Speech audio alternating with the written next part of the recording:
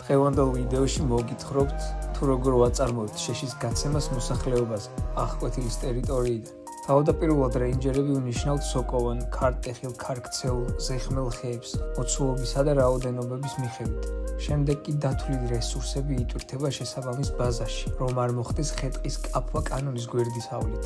ამ პროცესს ხე-ტყის დაკლიმვა ეწოდება. ამის შემდგომ ვიწყებთ შეშის გაცემას. ამ თემაზე ცალკე ვლოგი მიდევს და შეგიძლიათ იხილოთ. ლინკს დავურთავ პოსტს. როდესაც ხე-ტყის მომხმარებელი რეინჯერს კუთვნილ ბილეთს წარუდგენს, სადაც ხის სახეობა და მოცულობაა მითითებული, რეინჯერი იწყებს ერთ-ერთ ყველაზე საყურადღებო და საპასუხისმგებლო საქმის შესრულებას. ეს არის ბილეთის გაწერა. ამ დროს ყველანაირი შეცდომა დაუშვებელია, ეს იქნება მექანიკური თუ უბრალოდ ფურცელზე შემთხვევითი ხაზის გასმა. ასეთ შემთხვევაში ბილეთი უნდა შეიცვალოს, რეინჯერმა დაწეროს განცხადება, რომ ფურცელი დაუზიანდა. ასეთი შემთხვევებისგან რეინჯერები არ ვართ დაზღვეულები, რადგან ჩვენი სამუშაო გარემო საკმაოდ ექსტრემალურია. ფურცელი შეიძლება დაგვიზიანოს წვიმამ, თოვლმა, ქარმა, ყურადღების გაფანტვამ და ასე შემდეგ. სანამ რეინჯერი ბილეთს დაწერს, მანამდე უნდა გამზადდეს ხე გასატანად, რომლის სამუშაოსაც გარკვეული ჯგუფი ასრულებს. როდესაც ხე დაიჭრება და განთავსდება შესაბამის ტრანსპორტზე, რეინჯერი წერს ბილეთს და ხე-ტყის მომხმარებელს შეუძლია ტყე დატოვოს მიღებული შეშის განსაზღვრული რაოდენობით. ძირითადად რამდენიმე მოსახლეს ერთი და იგივე დროს გააქვს შეშა, ამიტომ რეინჯერს რამდენიმე ადგილას ერთდროულად უწევს საქმის წარმოება. ამ ყველაფრის გათვალისწინებით ტყე-კაფი ყველაზე მნიშვნელოვანი და საყურადღებო საქმეა რეინჯერისთვის.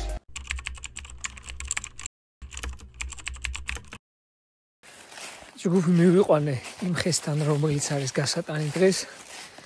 მე კი გამოვალ და შევავსებ ბილეთს, რომ წაღვიწყოთ ეს პროცედურა. არა შეცდომა ბილეთის წერისას და უამრავი ბიუროკრატიული პროცესი იქნება გასავლელი. ეს იქნება განცხადება, რომ ბილეთში რაღაც შეგეშალა, დაკითხვის ოქმი და ასე შემდეგ. ამიტომ უნდა შევარჩიოთ 7 გარემო, არავინ დაგველაპარაკოს. არაფერზე ვფიქრობდეთ საერთოდ.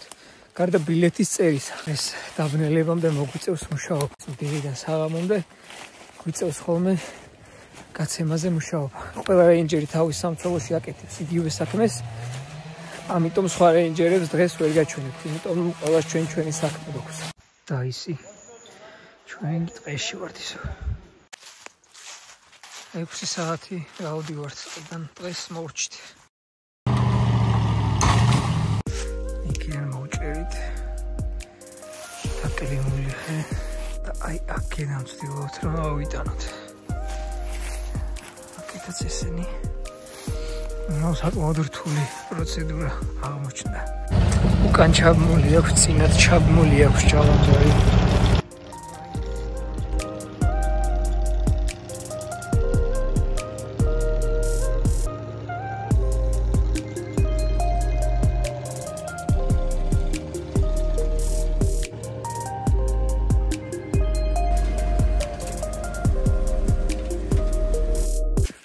დღეისათვის ბოლო ბილეთი მერვე თუ მე-9 ზუსტად აღარ მახსოვს.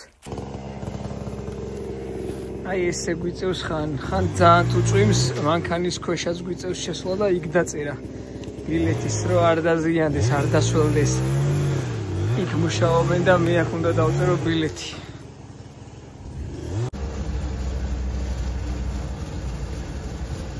ეს ხე გვაქვს მოსაჭრელი, საკმაოდ დიდია და ეხლა მიდის განხილვა თუ როგორ უნდა მიუდგნენ, რომ შესაბამის ადგილას მოხდეს მისი დავარდნა. ცუდი ამინდი გვაქვს წვიმა და ნისლი.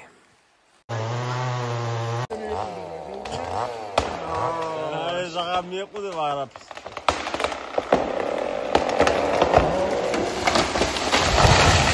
წავიდეთ, აბა ვნახოთ ეხლა ჩვენი ხე რამ ხელა.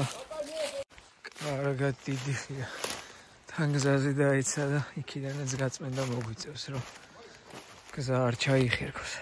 დღევანდელი თემა სულ ეს იყო. გადატვირთული რეჟიმის გამო ბევრი კადრის აღება ვერ მოვახერხე, მაგრამ მოვახერხე, რომ მნიშვნელოვანი ინფორმაცია და ვიდეო მასალა მომეტანა თქვენამდე, რითაც უკეთ გაიგებდით თუ რას საქმიანობს რეინჯერი.